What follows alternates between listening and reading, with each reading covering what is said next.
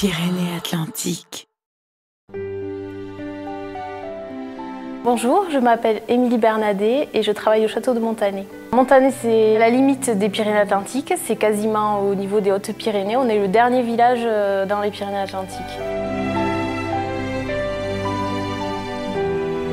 C'est une des principales forteresses médiévales qu'on peut trouver du XIVe siècle dans la région. Et c'est un château particulier parce que justement, à première vue, il est défensif, c'est un château fort. Mais quand on creuse un peu plus, on se rend compte que c'est un château, vraiment un lieu de vie seigneurial avec tout le confort et tout le luxe qu'on pouvait avoir à cette époque-là. Il a été construit par Gaston Phébus dans le but d'abord de fortifier son territoire puisque la guerre de 100 ans faisait des ravages partout en France et ensuite aussi pour pouvoir y déplacer sa future capitale dans le projet de création d'un État pyrénéen. Phébus n'a pas choisi le village de Montané par hasard pour y construire son château, puisqu'on est là dans un endroit vraiment stratégique pour lui, à la frontière du Béarn, de la Bigorre et de l'Armagnac. Donc le Béarn qu'il possède, la Bigorre qu'il convoite et l'Armagnac, son principal ennemi depuis déjà des générations avant lui.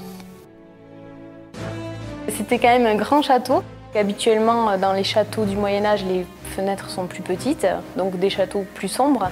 Et Phébus, en fait, est presque un précurseur à son époque. Il choisit de faire des fenêtres à meneaux, beaucoup plus larges, avec des banquettes pour s'installer. Donc vraiment quelque chose de tout nouveau, quelque chose de presque renaissance.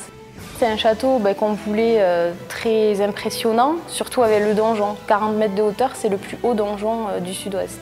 Phébus voulait le plus grand donjon pour montrer sa puissance et sa présence sur le territoire. Il y a une vue panoramique qu'on ne voit pas ailleurs, avec une vue sur les Pyrénées quasi totale.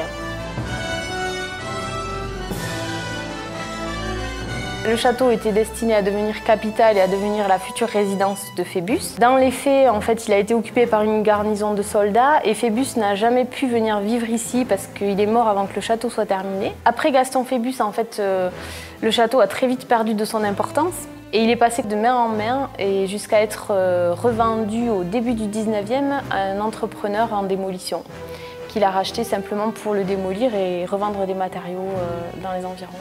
L'entrepreneur a démoli pendant 20 ans, donc il a démoli tous les bâtiments de la cour. Les habitants de Montané et puis d'autres instances lui ont intenté un procès qui a abouti au rachat du Conseil général. Le Conseil général a joué un grand rôle, surtout dans la restauration du château, quand elle a commencé dans les années 70. Il est ouvert partiellement, d'avril à novembre. On fait des visites guidées tous les jours.